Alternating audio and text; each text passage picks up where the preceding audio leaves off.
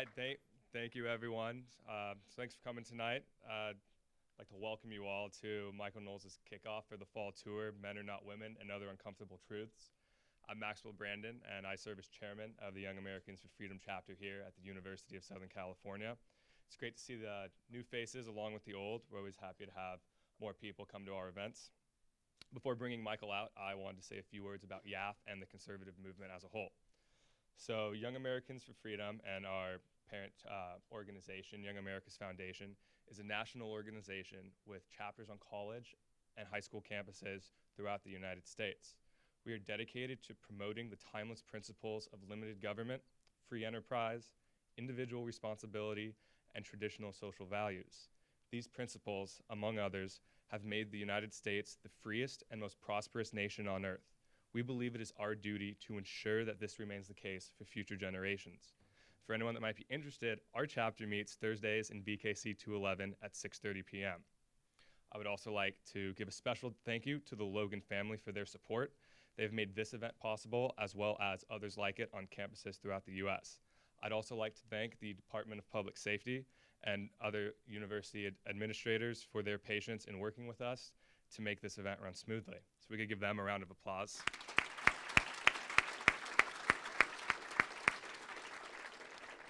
And with that, on to Mr. Michael Knowles. Michael Knowles hosts The Michael Knowles Show at the Daily Wire and is the new host of Book Club on PragerU. In 2017, he wrote the #1 national best-selling book, Reasons to Vote for Democrats, A Comprehensive Guide, which President Donald Trump hailed as a great book for your reading enjoyment. Before blank book fame, Michael studied history and literature at Yale University, graduating with honors. At Yale, Michael rendered the first ever translation for the English stage of political philosophers Machiavelli's play, The Girl from Andros, which was hailed as a watershed event for the English-speaking world.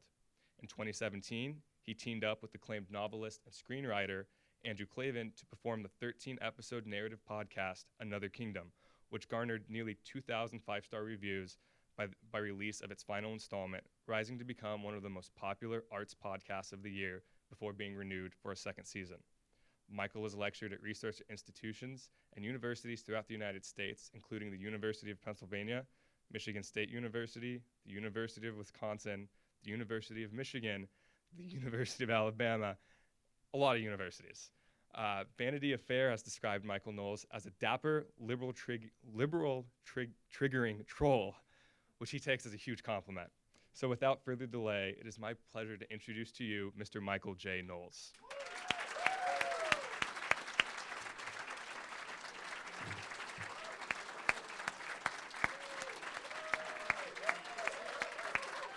Very kind. All right. Hello. Thank you so much. Thank you for having me. Thank you to YAF, as always, for hosting. Thank you to the Logan family for sponsoring this fall speaking tour. Very, very controversial. Men Are Not Women and Other Uncomfortable Truths. And I would like to thank USC for inviting me as well.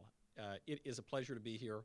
It is a pleasure to kick off the fall tour here at USC because we are running out of time. You might think that I am talking about climate change. I know. We're all going to die in 10 years anyway, so I guess we're running out of time. 10 years, no, AOC said it was 12 years. Beto said it was 10 years. Prince Charles in the UK said it was 18 months, which is very disturbing. So party it up, I guess. Forget your papers and your exams, and YOLO. A new study out from Rasmussen shows that 29% of American voters believe that climate change will wipe out humanity, all of humanity on Earth, within about a decade or so. Pretty scary. More than half of young voters under the age of 35 believe that climate change will kill us all within a decade. On the bright side, this means that none of you will have to pay back your student loans, which is very good news, except that if Bernie Sanders or Elizabeth Warren become president, they will cancel your student loans anyway, so that's maybe a moot point. Except in my mind, there is not very much difference between Armageddon and President Bernie Sanders, so either way, we're in trouble. But I'm actually not talking about global warming when I say we're running out of time. I'm talking about a far more dangerous problem for our society. than climate change. I'm talking about cancel culture. Because I'm going to let you all in on a little secret. The weather is not going to kill us all in 10 years. It won't. I promise you that. It is going to be fine. Plastic straws are not the enemy. Live your lives and breathe easy. Breathe out all that carbon dioxide. You will live. Of far greater concern to society is the recent scourge of cancel culture, which threatens to make our public discourse coarser, falser, and crueler. Cancel culture takes two forms.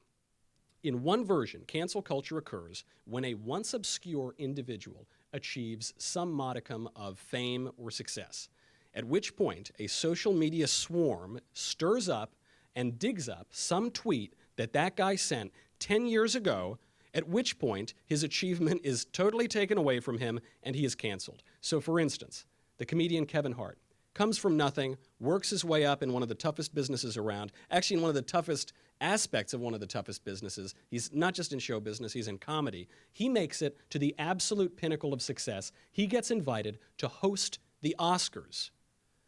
And then some guy on the internet dug up some offensive joke that he made 10 years ago that is no longer socially acceptable. No joke is socially acceptable anymore, and certainly not the ones he told.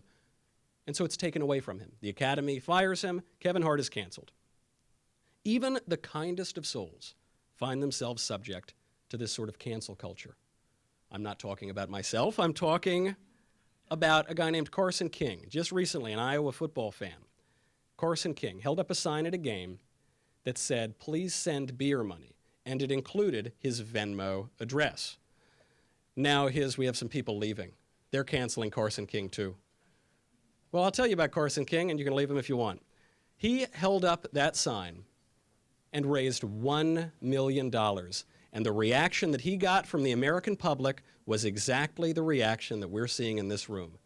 People who don't want to listen to a thing, who don't want to look at grace, who don't want to live in a culture that takes each other seriously, but a culture that merely wants to rip people down for no reason. Now, the one positive thing about that culture is the minute that all the schmucks leave, the positive thing is the minute all the schmucks leave, the people who are waiting in line all the way out the door, they get to come in and fill the seats. So welcome to those of you who were not here before.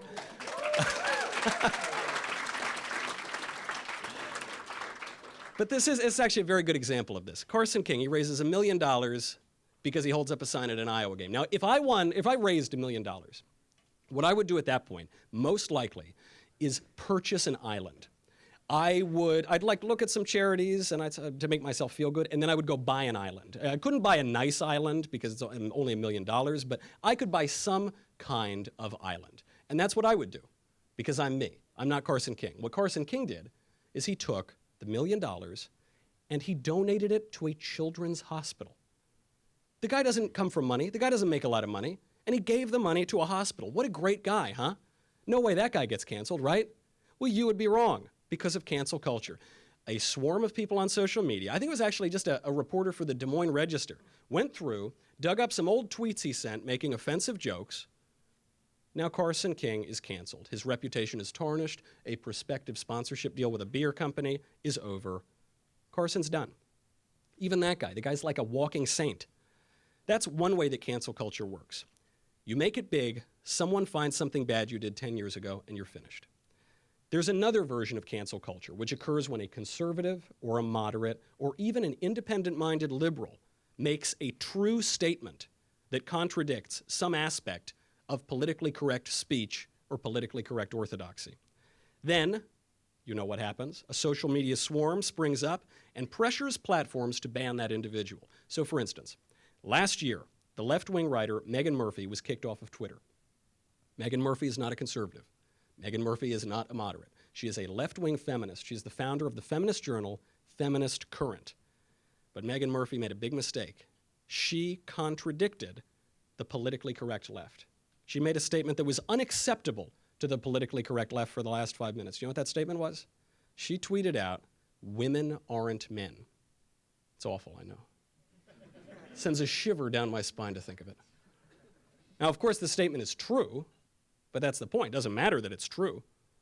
That's actually the topic of tonight's speech, really the whole tour. In fact, what we find is very often the truer a statement is, the more liable it is to incur the ire of cancel culture. Cancel culture is political correctness with teeth. Political correctness is the leftist speech codes and behavior codes that we all make fun of because they're so ridiculous. Cancel culture is the mutant spawn of political correctness. Cancel culture is what happens when you contradict those codes of speech and behavior that political correctness dictates. PC and cancel culture threaten our public discourse. They stifle speech, they stifle thought. Worst of all, they encourage lies. We must fight both of those scourges tooth and nail. We must do it. We must not be forced to live in lies. We must not be forced to live in fear. Nobody benefits from living in lies. Nobody benefits from living in fear. We're told that they do. They don't. This entire speaking tour is a rebuke to that hideous culture of intimidation and lies. Cancel culture might take us out before we finish the tour. They actually already tried to do it the first time that I attempted to give this very speech, which was last spring at the University of Missouri, Kansas City. The title of the speech, very offensive, Men Are Now Women. I get there, a group of activists shrieking from the very moment that I walked in. That's okay, I had a microphone, they didn't, so I kept giving the speech. At one point they decide to leave, just like those people. Those people did it much faster than the ones did in Missouri. But as they're leaving, someone opens a fire door. A guy breaks in one of those weird Antifa masks, and he's got a super soaker, and he sprays me with some creepy chemical. Now, fortunately, I survived. Unfortunately, my suit did not survive.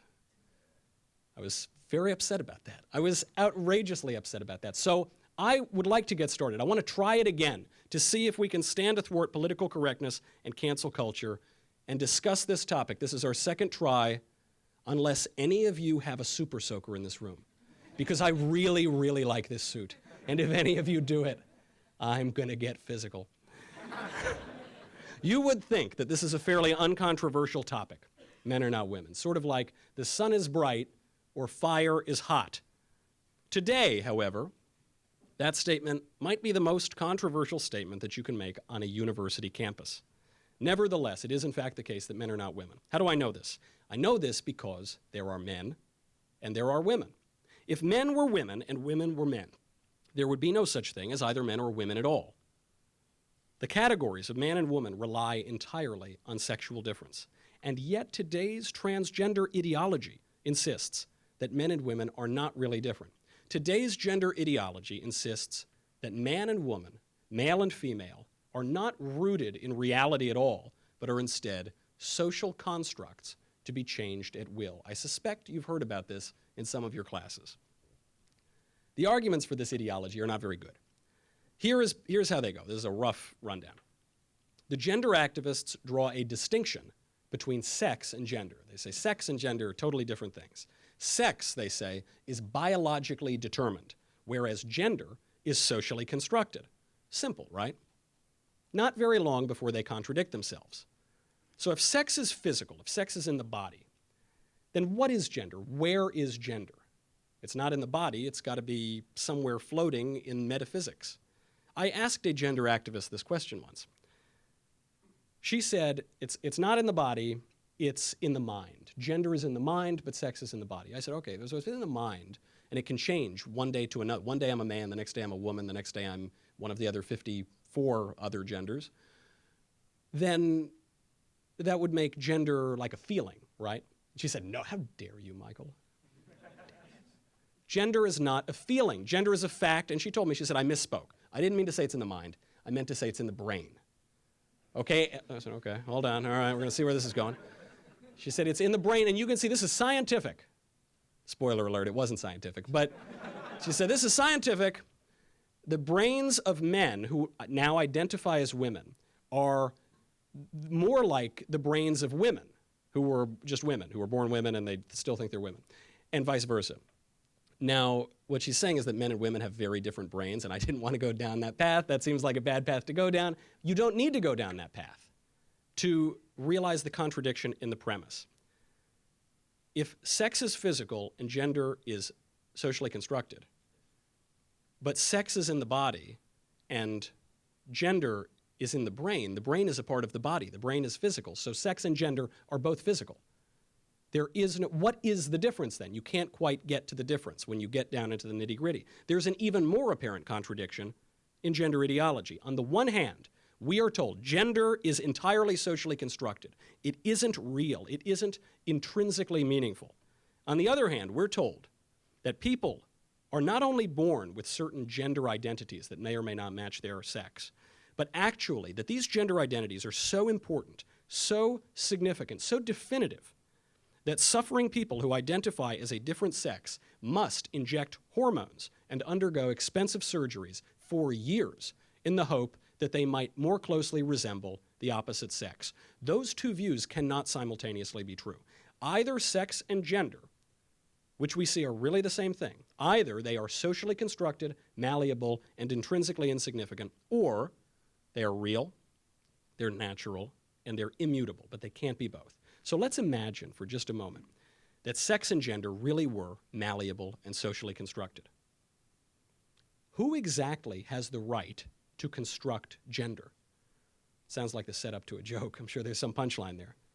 But think about that question. Who has the right to construct gender? Who exactly has the right to define what it means to be a man or what it means to be a woman? Here we find another irreconcilable difference among different gender ideologues. That is the difference between feminism and transgenderism. Feminism makes certain claims about sex and gender, and specifically womanhood. What it means to be a woman, what it means to be feminine, what it means to be a wife and a mother and a daughter and a single woman. Transgenderism is also a gender ideology. Transgenderism also makes claims about sex and gender and womanhood. But the two gender ideologies make contradictory claims. So according to feminism, women define their own identity as separate from men. According to transgenderism, men define womanhood as inclusive of men. And the transgender definition of womanhood can be highly offensive to feminists. And it is very funny to be offensive to feminists, so there is something kind of charming about this in society. But the point remains very true, because the transgender definition of womanhood is often a caricature. Often it involves heavy makeup, sexualized clothing, big hair, big eyelashes. I'm thinking of RuPaul's Drag Race or Drag Queen Story Hour or any of the parades that we've seen in the last few months. That is one view of womanhood. But I'm willing to wager that is not the view that most feminists would hold of womanhood. I think they would take issue with it. If you took a time machine all the way back to the long, long ago, like 5 years ago or something, and you told someone that the sentence, men are not women, would someday be deemed hateful and offensive, they would laugh in your face. So what changed? How on earth did the perfectly obvious statement that men are not women come to be considered hateful and bigoted? There are two main culprits. The first is the left's embrace of intersectionality. Intersectionality, I mean, we're all at a liberal arts university, so I'm sure we've heard this word a zillion times. But for those who don't know, it is victim politics on steroids. It posits that oppression does not exist in a vacuum and that you can never really know another's suffering and you can never really know another's oppression. Almost everything is subjective. Everything is relative. The only thing that we can know for sure is our own oppression, our own suffering. This emphasis on the ultimate subjectivity of everything other than oppression paves the way for the emergence of psychosexual victim categories such as transgenderism. It doesn't matter whether a man who thinks he's a woman is really a man or a woman. It's not that he's one or the other. It doesn't matter at all. What matters, according to intersectionality, is the reality of his oppression. His victimhood alone demands that we indulge his notions and that we offer him any social advantage he requests, whether that means using the women's restroom or giving him hormones or performing radical cosmetic surgeries on his body.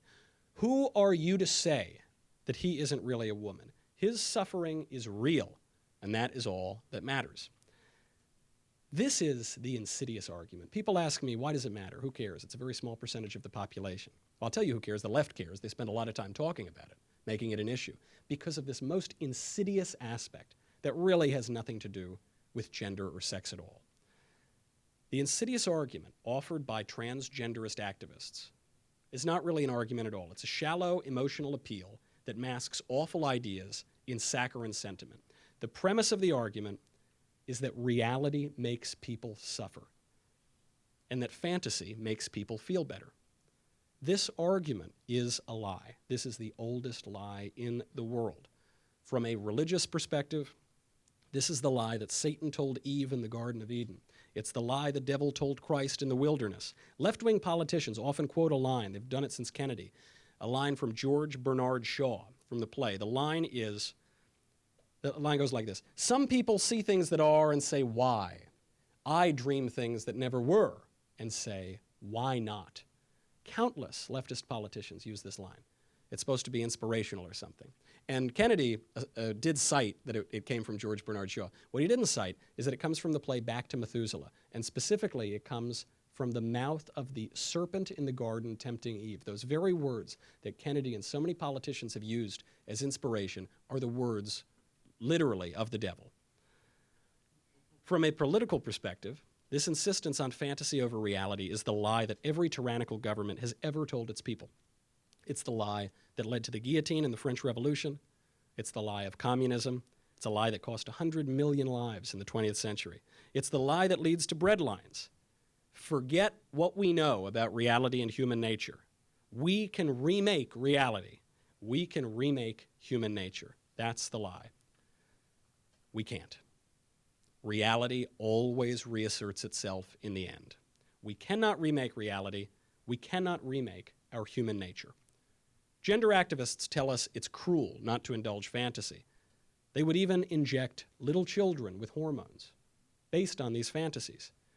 They point legitimately to disturbingly high suicide rates among gender-confused people. What they fail to acknowledge is that those suicide rates remain statistically exactly the same even after the surgeries, even after the hormone treatments. There is no evidence whatsoever that hormone treatments or surgeries or gender-neutral bathrooms have any effect whatsoever on the rates of anxiety, depression, and suicidality among those who suffer from gender dysphoria. This is why the pioneer of the transgender reassignment surgery ultimately stopped performing that surgery. Paul McHugh, chief of psychiatry at Johns Hopkins from 1975 to 2001, ultimately shut down the university's gender identity clinic. He said it was medical malpractice. There are other victims of gender ideology as well. Aside from women and girls who don't want to be subjected to men coming into the bathroom, coming into the changing room, there are the female athletes who compete for prizes, scholarships, and glory. When men who identify as women compete in women's sports, men win, because physically, men are stronger than women. This was the purpose of Title IX. This is why we established separate sports leagues for women, is because women have a right to compete in their own sports leagues and get their own scholarships. A few months ago in Connecticut, two young men who identify as young women competed in the state track championship. Guess who came in first place? Guess who came in second place? You're right, you got it. By pretending that men can be women and women can be men, we disadvantage women. We abolish forever the category of women's sports, all to indulge a delusion. And for what purpose? How many people in the United States suffer from gender confusion? Even by the most extreme estimate, we are talking about 0.6% of the population. That's the most extreme. More likely it's 0.2, 0.1.5. And yet the topics associated with transgenderism, gender-neutral bathrooms, preferred pronouns, those topics have dominated our national conversation for years. What gives? Why is that? Why is the American left devoting so much energy to a very rare psychological condition that affects an infinitesimally small percentage of the population? Is it because these leftists really, really care about 0.3% of Americans? Certainly not, because the policies that they advocate do not help those people in any way. I suspect the reason has a little bit more to do with ideology than psychology. We are living in the early stages of the most dangerous sex scandal in history.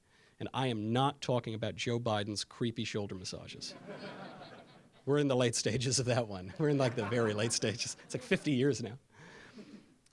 This scandal is far more dangerous. We are living in the early stages of the gender-neutral society. We see this push all around us. Gender-neutral bathrooms, gender-neutral pronouns, gender-neutral clothing, gender-neutral toys, gender-neutral fraternities, gender-neutral societies, gender-neutral everything. Where once the sexes were seen to be complementary, distinct, different, they are now, today, considered to be exactly the same. In practice, This ideology has made everyone, men and women, miserable. According to a 2011 study, men consider themselves consistently happier than women. This is true. This is true since probably time immemorial.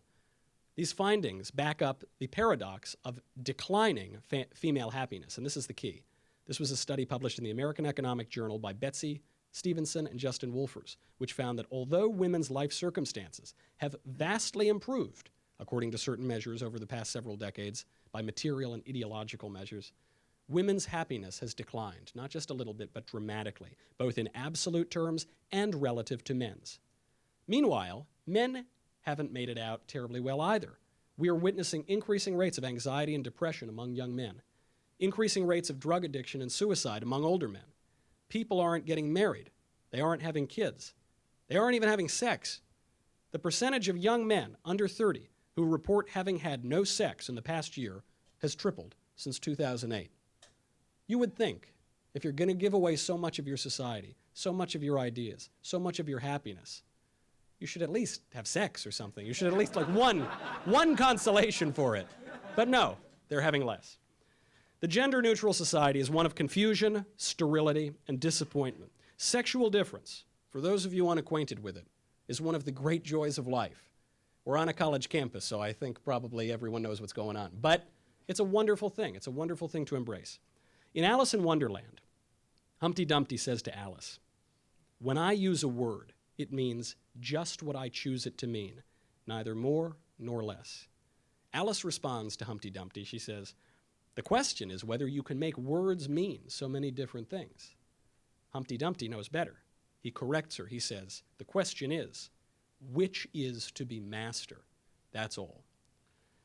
Those who would redefine reality would be our masters. They tell us not to believe our own eyes, but fantasy is not reality. Ideology is not truth. Men are not women.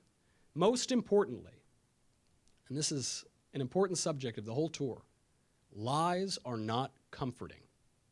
They're not comforting. To comfort means to encourage. That's what it means with fort, like forte, strength. It means to give strength. Lies do not give strength, and they don't encourage. They deceive, they weaken, they give harm. Increasingly, our society shies away from what we call uncomfortable truths. This is a misguided plan destined to cause misery. We need comfort. We need to be strong. The way you get strong is with the truth. No matter the cost, we must choose the truth above all things. There is a lot more at stake than bathrooms and pronouns. Thank you very much.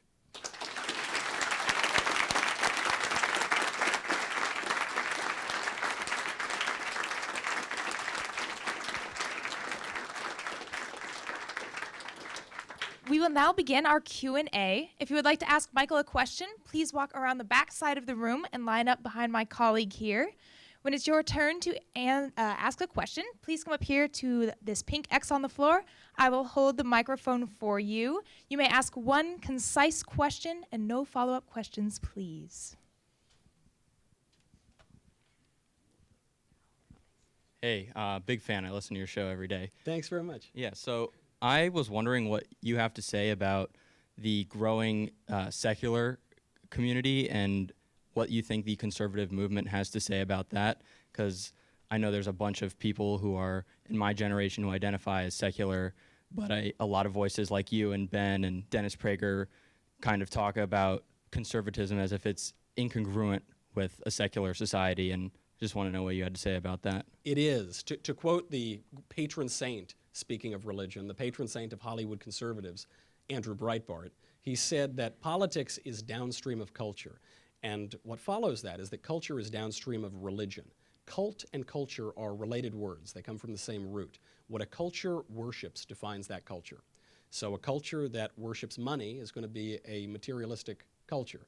A culture that worships sex is going to be a lustful culture. And a culture that worships God is going to be a godlier culture. Everybody's got to serve somebody. You see this increasingly with climate change. Climate change is religion for atheists. It fulfills all of the categories. It's actually kind of vaguely Catholic, if you don't notice that. They've got NBC News created a sacrament of confession for climate sins. You could go on and anonymously confess your climate sins. Very, very Catholic. There is obviously the sale of indulgences in carbon tax credits. That's pretty amazing. That's medieval. and they've managed to do that. Everybody's got to serve somebody. And so I do have hope. I'm not optimistic and I'm not pessimistic. Those are two sides of the same coin, and they're just a feeling. I have hope because you're now seeing a whole generation, 2 generations, millennials and Gen Z, who were raised more or less without religion, certainly without sturdy religion, increasing numbers. And so what you have is not a huge number of atheists, exactly. You have a huge number of nuns, N-O-N-E. Unfortunately, not N-U-N-S. That would be probably pretty good. But you have nuns, people who are religiously unaffiliated but searching. And I notice this especially with Gen Z. They're not terribly ideological. They're a little more open-minded. They're searching for something. What they're searching for, I notice, is orthodoxy. So in my own church, the Catholic Church, you have a lot of people constantly telling you how they're going to reach the youths with acoustic guitars and soft ideas and syncretism and you take this and I take that, cafeteria religion. And I notice in all those churches, everyone's like 85 years old and there are like 3 people there and they're talking about how to reach the youths with these sappy songs from the 70s that weren't even cool in the 70s. And then when you go to the more orthodox churches, in my case the Latin Mass, more serious liturgies, it's all young people. The median age is like 25, there are 100 of them, somehow they each have 10 kids. Mathematically, I don't even know how that's possible. I think young people are searching for an orthodoxy, and they're either going to embrace the orthodoxy increasingly of climate change, which is a substitute religion for the irreligious, and we saw that on the Rasmussen poll, half of young voters think the world's going to end in 10 years, or they're going to embrace true religion. And I hope that it turns out for the best for everybody, because what I can tell you is if you join a religion and you believe in something that worships just the material, that worships just the creation, that worships ultimately just the self, you are going to end in despair. But if you look for truth, to quote C.S. Lewis, you might find comfort in the end. And if you look for comfort, you'll find neither truth nor comfort, only soft soap and wishful thinking to begin, and in the end, despair. So I hope they find orthodoxy, and I hope they follow truth. Appreciate it. Yeah.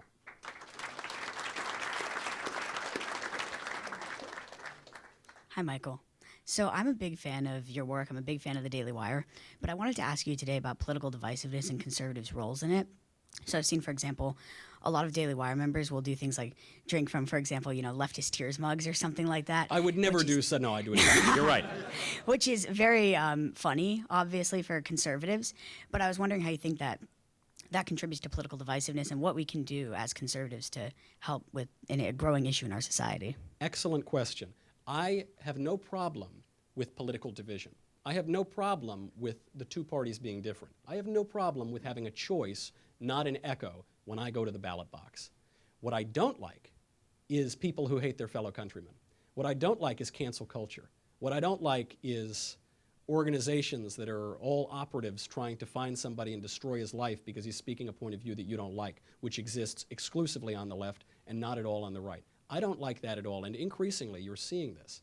You're seeing poll after poll shows it, that specifically the left in this country hates their fellow countrymen, conservatives and moderates. They are much more likely to unfriend them on social media. They are more likely to cut them out of their lives. They're less likely to speak with them. They're less likely to know what they think. That's a big danger. And so the way that conservatives, especially in our case, respond to that is with a little bit of humor. We sip out of a leftist tears tumbler because otherwise we would drown. There's so many all around us, those leftist tears. Or you publish a blank book, for instance, called Reasons to Vote for Democrats, a comprehensive guide.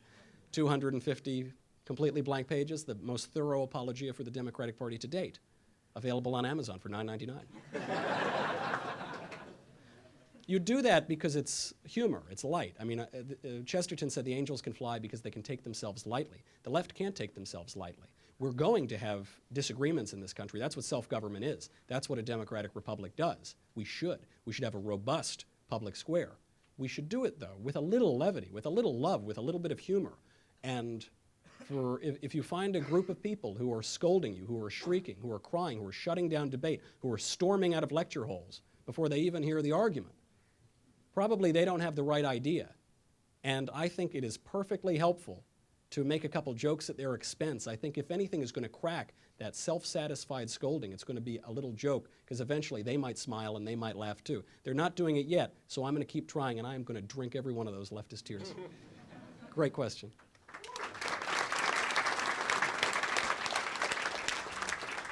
Hey, Michael, my name's Tomas. So you recently stated that if climate hysteria were about science, it would be led by scientists and not a mentally ill Swedish child who is being exploited. Can I get a response to Fox's News decision to apologize for this uncomfortable truth? I don't speak for Fox News, as I think became abundantly clear this week. Fox News has to run their own news organization. I don't speak for them. Obviously, there is nothing shameful about living with autism or any other psychiatric condition, as I think was quite clear. What is shameful is exploiting children for political purposes. What is especially shameful is exploiting children who are made especially vulnerable because of, for instance, a well-publicized history of psychiatric conditions for political purposes. That is especially shameful. It is despicable. It is evil. And what it does is it props up innocent children as human shields in the public square. This is why the left does this regularly. This isn't the first time they've done it. They've done it repeatedly. They did it in Parkland. They did it before that. They do it because they want to stifle debate. They want to accuse anybody who disagrees with their radical ideology of not merely attacking them for exploiting children, but of somehow in some convoluted way attacking children themselves, which is utterly disingenuous. Nobody believes that happened. And so I can't speak for anybody else. I can only speak for me, and I am certainly not going to shut up when people are exploiting children, particularly vulnerable ones, for political purposes. I owe those people no apology. I will not apologize to people who exploit children, and they can bring it on.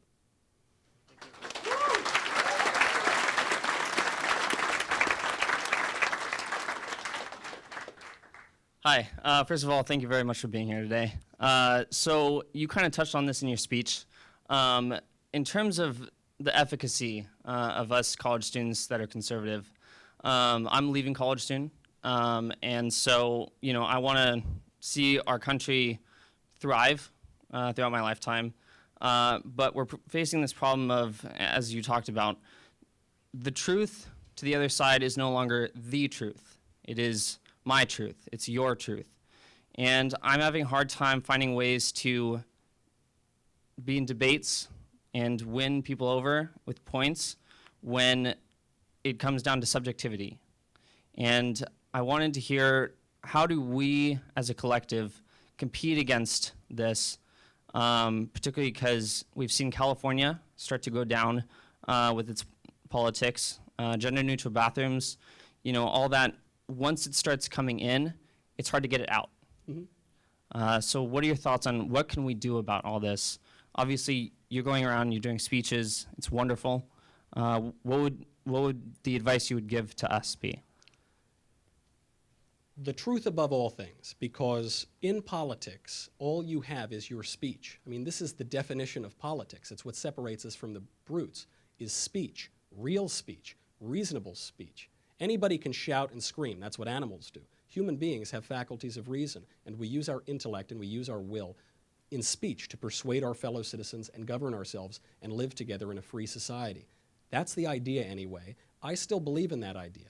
That's why I go around giving speeches. That's why I have my daily podcast. That's why I want to speak as much as possible, and I want to hear from people in reasoned discussion as much as possible. Unfortunately, the left in this country opposes that. It's no coincidence that they oppose free speech. It's why they want to limit free speech to little free speech zones. There's probably one on campus here, probably about 1 foot by 1 foot. It's probably in a closet somewhere. I don't know if it's true at USC, but it's true on many campuses around this country. They want to limit speech because they don't believe in speech, because they don't believe in politics and self-government. What they believe is that there is no such thing as truth. There is no such thing as reason. It's all a facade to mask brute will and brute power. That is how animals govern each other. That is how animals live outside of human society. Human beings have a better way, but we don't always need to rise to that level of human being. We also have an animal nature. We have a brutish nature. And when we treat politics as nothing more than some brute tribal exercise in power and interest, that's what's going to happen. You're going to get an ugly society. I'm not willing to cede that yet. So I'm going to use my voice, and I'm especially not going to let anybody shut me up, even though there are a lot of people who would very much like to do that. And I suspect there are a lot of people who would like to shut all of you up too. I would speak out no matter the consequences, and there will be consequences. And you'll lose some jobs, and you'll lose some friendships, and you'll lose some opportunities. I promise you that. But you will put your head on your pillow at night, and you will sleep like a baby, grinning ear to ear. And the people who allow themselves to be manipulated and who sell their integrity for what? For nothing. They're going to have a little harder time. And we're all going to have a little harder time if we're living in that society. How do you use your voice? You do it in politics, obviously. You do it at the water cooler at your office. You do it on social media. You do it in conversations with your family and your friends. And you do it all the time, no matter the consequences. That's a tough thing. It's a tough road. Self-government is difficult, too. Nobody said it would be easy, but that's the only shot we've got. Thank you. Yeah.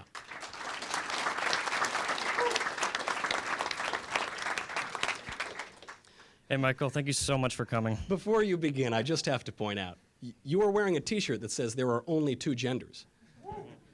It's the truth, so yeah. I need to brand that to be the official T-shirt of this speech. Really great. Talk about using your voice with some courage. I can't believe you'd walk around a campus like that. Very well done. You know, when I found out the title of this speech, I was like, oh, I chose the perfect shirt to wear.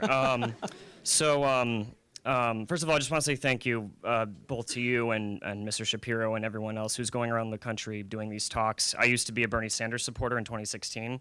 As of over a year ago, I realized I was a conservative all along, and I shortly thereafter became a open Trump supporter. Thank you for doing that, because it's working, and I'm proof of that. So please keep doing what you're doing. I kind of already know the answer to this, but I figured I might as well ask you a question anyway. It's my first time. This is my last semester here. I'm going to get my master's in film and television production, so I will be working in Hollywood come 2020, and I'll be surrounded by a lot of these people. So I was wondering if you had any advice for me going into arguably the most liberally dominated industry in the country.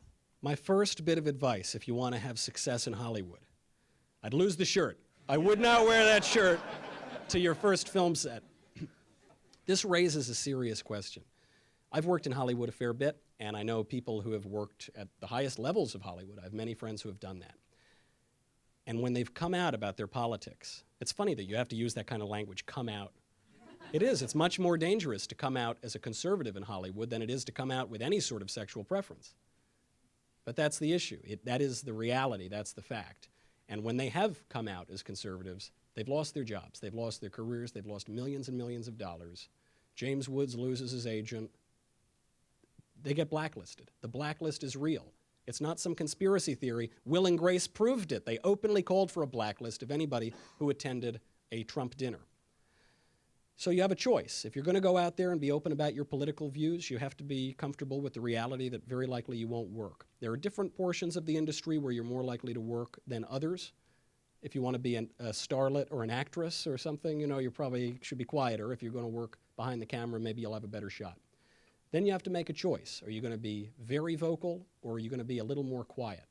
If you're going to be a little more quiet, maybe you can achieve more in the end. If you're a little more furtive about it, maybe when you're making movies, you can convey a conservative message. You can move the culture in the right direction. You don't always have to be bombastic. You can be clever. You can be sly. You want to be innocent as a dove and clever as a serpent. A lot of people now are clever as doves and innocent as serpents. That's like most of what Hollywood is. But you should be the opposite. But you've got to find the line of where being quiet and playing the long game and being able to do something in the end doesn't just become cowardice because there is no something in the end because you kept your head down your whole life and then it was over. You've got to find that line. I can't make that decision for you because whatever decision you make is going to have serious costs. There is nothing free, especially in this town. You've got to make the decision. Obviously, I made my decision. I sleep great every night. Other people made other decisions. They were able to work in the industry. They were able to move things forward. That's your career. That's your decision. You've got to figure out what cost you're going to pay and do it and stay strong. And I'm glad to hear that we could help in some way. And that's terrific what you're doing. Thanks, Michael. Thank you.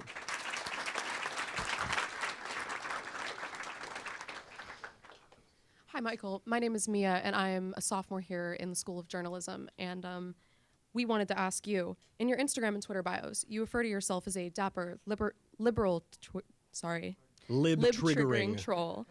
Yet you also say you welcome well-versed and calm debates with liberals. And I was wondering, what are you hoping to accomplish by having something like this as your byline, while also saying you welcome debates and challenges to your ideas? So that line, a dapper lib-triggering troll, actually doesn't come from me. I put that line in my bio because Vanity Fair described me one time as a dapper lib-triggering troll, and I got a real kick out of it. And I thought, that's not a bad way to be insulted. There's like half a compliment in there. So I put it in for a laugh because it made me laugh, and I thought it was kind of funny. And I leave it there because I encourage and I love and I welcome debates with liberals. I grew up in New York. I went to school in Connecticut, and I moved out to LA. I have never lived within even 100 miles of a single conservative. And so just by definition, most of my friends are liberals, and I enjoy that. It's made me much sharper in my views. It's made me drop certain ideas that I'm glad I discarded. It's made me sometimes dig in a little bit more on ideas because they've shown me that actually I should go even further. I love that. And I think the only way that you can get along in a civil society where people do have legitimate differences of opinion, where people have vastly different views of what reality even is if you can have a little fun with it, if you can joke a little bit about it. And so when Vanity Fair called me a dapper lib-triggering troll, I guess I could have been offended and angry and written into them and said, how dare you, but I didn't. I don't care about that. I think it's funny. I'm willing to take a joke. I've taken a lot of jokes at my own expense. In this culture, we celebrate pride. And pride has become sort of a synonym for sex or sexual preference, or now a whole host of different things. Pride itself is terrible. It is the absolute death of an individual and the death of a society. It goes before destruction, and a haughty spirit goes before a fall. And the beginning of wisdom is the opposite of pride, which is humility. Have a little humility, laugh at your own ideas, realize you're not the smartest guy in the world. There is so much more that you don't know than that you do know, and every man is my master, and I can learn from him. I like to do that with a little bit of laugh. Unfortunately, some of my political opponents don't like to laugh very much, and they don't think my jokes are very funny, but that's their problem. So I'm going to keep laughing because, as Chesterton said, the angels can fly because they can take themselves lightly. And I hope eventually either my political opponents lighten up or I get better enough at telling jokes that they can laugh with me too, and then we can finally have a conversation again. Thanks. Good question.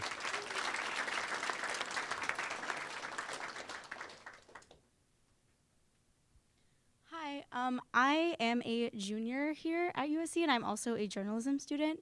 You know how I can tell you're a journalism student? Because you're the only people who brought books up and notes, and you actually had it written out. Yeah. Yes. So my question is, I've seen articles you've written and statements you've said where you denounce the alt-right, yet a lot of media outlets have painted you and your colleagues as members of the movement. What do you think separates you from the alt-right movement? Everything. I mean, everything entirely separates me. If there's a lesson I've learned this week, a lesson I already knew, it's don't believe everything you read in the papers. The alternative right, that's what the alt-right means. It's an alternative to American conservatism. So what is American conservatism? We could debate that all day. Irving Kristol said that it's religion, economic growth, and nationalism. James Caesar wrote an essay where he said it's this mixture of the neoconservatives and the traditionalists and the libertarians and the religious right. Now we might add some populists to that too. What I think it is conserving the great traditions of America, which is a tradition of political liberty, inherited from the English tradition, culturally a conservative culture that is very religious, that has a lot of free civic associations. People join different clubs together. You don't see that in a lot of countries. And then at the religious level, it's very, very religious, Christian traditionally. And this is much more religious than, say, even Western Europe, especially now, and other countries around the world. That is something that we are conserving. And certainly in my political views, all of it comes down to providence and down to our political traditions, which we want to preserve. The alternative right ditches pretty much all of that. I've spoken personally to many of the leaders of the alternative right because I've spoken out against them and written out against them a lot. And I emailed a few of them, and I said, listen, I'm about to do a show on you guys, and spoiler alert, I'm not going to be flattering, but I at least want to be accurate. Which philosophers would you say influence the alternative right? They say Nietzsche. They say a lot of atheists, a lot of nihilists, a lot of people who want to reduce politics away from a reasonable debate down to brute willpower and force, something which, as I just noted in another answer, is shared by the extremes of the political left and which I object to strenuously. What the alt-right does is looks at the conservative tradition of America and says it's a failure, it's a flop, I hate it, I want nothing to do with it. I want an alternative.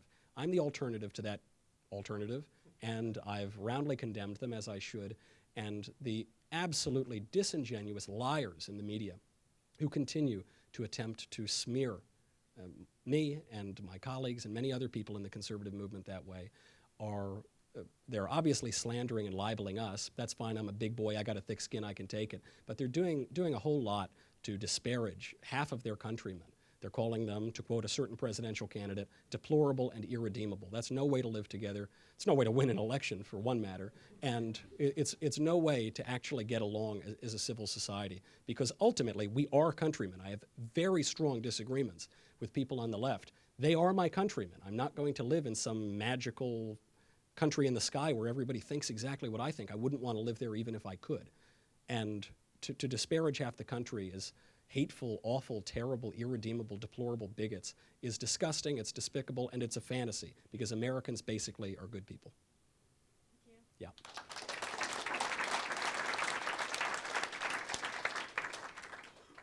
Hi, I'm in college, and obviously on college campuses we're seeing the rise of bias on the left side particularly. So obviously when grading papers, professors are going to be more critical to conservative students like me.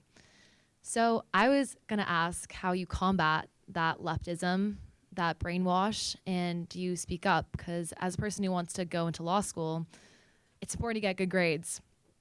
And when teachers are marking you down for things that shouldn't even be graded, like political opinions, how do you combat that? How do you deal with that? And how do you speak up? You can't just stereotype professors based on their political views, because if you did, you'd be 100% of professors, right? Schools have maybe one or two conservatives these days. That said, some of my favorite professors I had, some of my fairest professors, the professors I learned the most from, some of them were quite liberal. My senior thesis advisor, one of my senior thesis advisors, was very, very liberal. I assume we agree about nothing when it comes to politics. And yet she was a wonderful advisor who treated me very fairly and gave me good grades and was a very nice person. There are other professors who are not so nice. I remember one year, my freshman year was when Obama got elected, and he had that book, The Audacity of Hope. So we were doing, it was a freshman writing seminar, and I wrote an essay called The Paucity of Hope, the lack of hope, not a lot of hope going around. And what I didn't know is that the professor was volunteering on the Obama campaign, and so there goes my A. All of a sudden I started getting B pluses, which doesn't sound that bad, but at Yale, a B plus is a failing grade. Grade inflation is really, really prominent over there. And so that was a mistake, and I should have kept my head down, I guess, in that class. The question is, what is to be gained? What are you going to win? What is the ultimate goal? If you want to go to law school, you got to make sure that you get good grades. Most of my political formation happened outside of the classroom. Sure, with some professors, but mostly in debating societies with my roommates, staying up all night, not sleeping enough, not doing enough homework, and drinking too much too. And at the end of those conversations, I had clearer political views, reading that I did outside of class. I think that's perfectly fine. You don't want to lie. Don't lie. Don't send away your integrity. But you don't always need to make a spectacle of yourself. Sometimes that can actually be counterproductive. You've got to calibrate your tactic for not just the school, not just the class, but to the professor and to the person, because you've got to be all things to all people in a way. And if you want to learn and if you want to persuade people of your points of view, you have to meet them where they are and you have to compromise. That doesn't sound like a pure, idealistic, ideological statement, but reality is a lot more complex. Thank you. Yeah.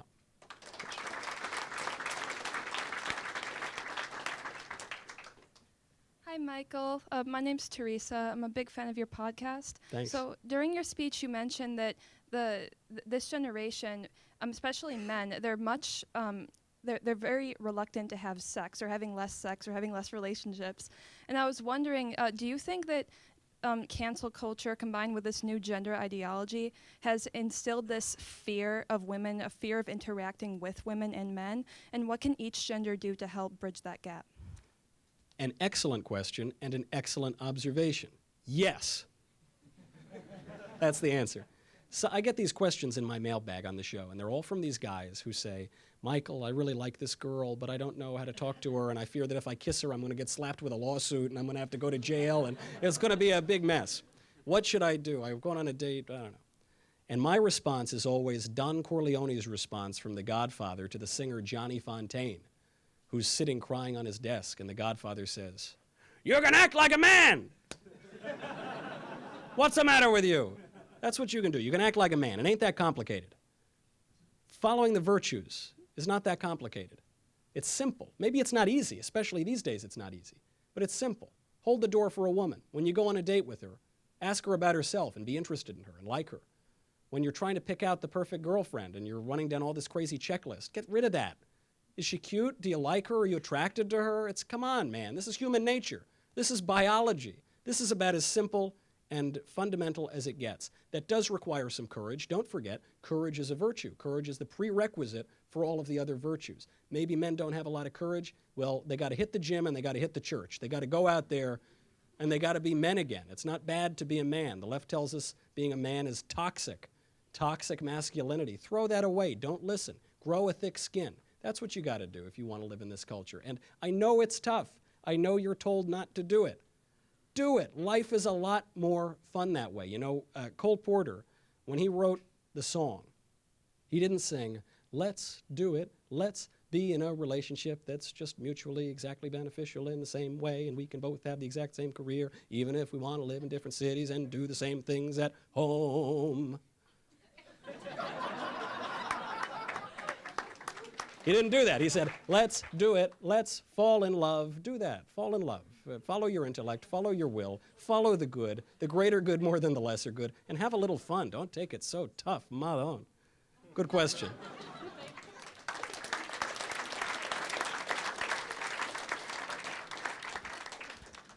This will be our final question for the evening.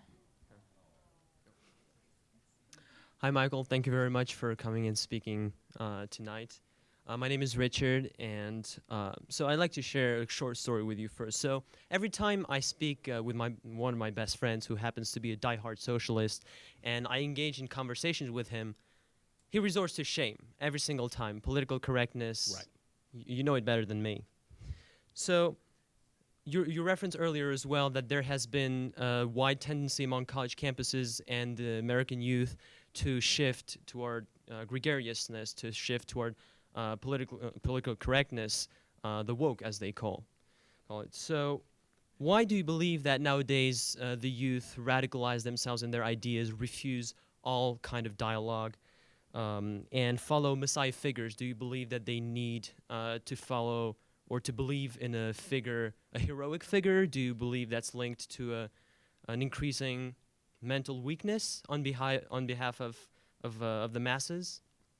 Yes, all of your points are pretty valid. A big problem is that young people are not properly educated. I don't say that with any kind of condescension. I was not really properly educated either. It's just a symptom of the age in which we live. People are not taught the great books. People are not taught the important languages to know to understand your culture. People are taught in many ways and indoctrinated that all the great books and all the great works and all the great discoveries of their own culture are terrible and evil, and they need to ditch them, and don't memorize dates and don't read good literature, just read the latest politically correct track from the party and everything will be all right. That's a big problem because education isn't just what you put into your head and what books you read. Education is also how you are raised to behave. It's also good manners. It's how you respect your elders. It's how you hold the door for women. It's how you comport yourself every single day. It is the inculcation of virtue, which is a habit. It's not just one time you do a nice thing. Virtue is a habit, and that is all part of education, and that has fallen apart. And education ultimately has to be geared toward something. It has to be geared toward the good and the true and the beautiful. But as you point out, increasingly, the left tells us there is no such thing as the true, there is certainly no such thing as the good, and there's nothing beautiful. The things they tell us are beautiful or ugly, the things they tell us are good or bad, and the things they tell us are true or false. Absolutely backwards sort of society. So I don't blame young people very much. You're right, they have moved radically toward religion, modern religions like like climate change, and they've moved toward PC orthodoxy in public. But I also go on the internet once or twice, and I notice that when people get to hide behind a little bit of anonymity, when people aren't going to lose their grades and lose their jobs and lose their position in society, they send around some memes. They're a little bit edgy. They tell some jokes that maybe they're not allowed to tell because the PC authorities will shut them down. I think there is also a sense that Americans despise this political correctness. They despise being told what to think and what to do, and there is going to come a reckoning for that. The reckoning is not going to come with a fully formed idea of politics and culture and religion, because unfortunately young people don't have it. We were deprived that, and we haven't gotten it ourselves since we got older. But it's going to come with a dissatisfaction for what's going on. Rates of anxiety, rates of depression, rates of pharmaceutical use are way, way up, especially among young people. There is something that is unsatisfying. We're longing for something. And ultimately, it's because human beings are religious beings. We're longing for something transcendent, something outside of this world. We're longing for God. This manifests in the culture. This manifests in the politics. We want something better. We don't know what that is, and so we're going to have to rebuild that. We're living in a civilization after virtue, and we're going to have to try to pick up the pieces. That sounds like a fine challenge to me, and it gives me great hope because I travel all across the country. I speak to a lot of young people, and that is the sense that I get from them, a search, a curiosity, a longing, and a seriousness to them. And if that holds true, and if people follow that to its logical conclusion, then the future is going to be bright. Yeah. Thank you very much. Thank you. It's such a pleasure to be here. Thank you. All right. Thank you. Thank you very much. All right.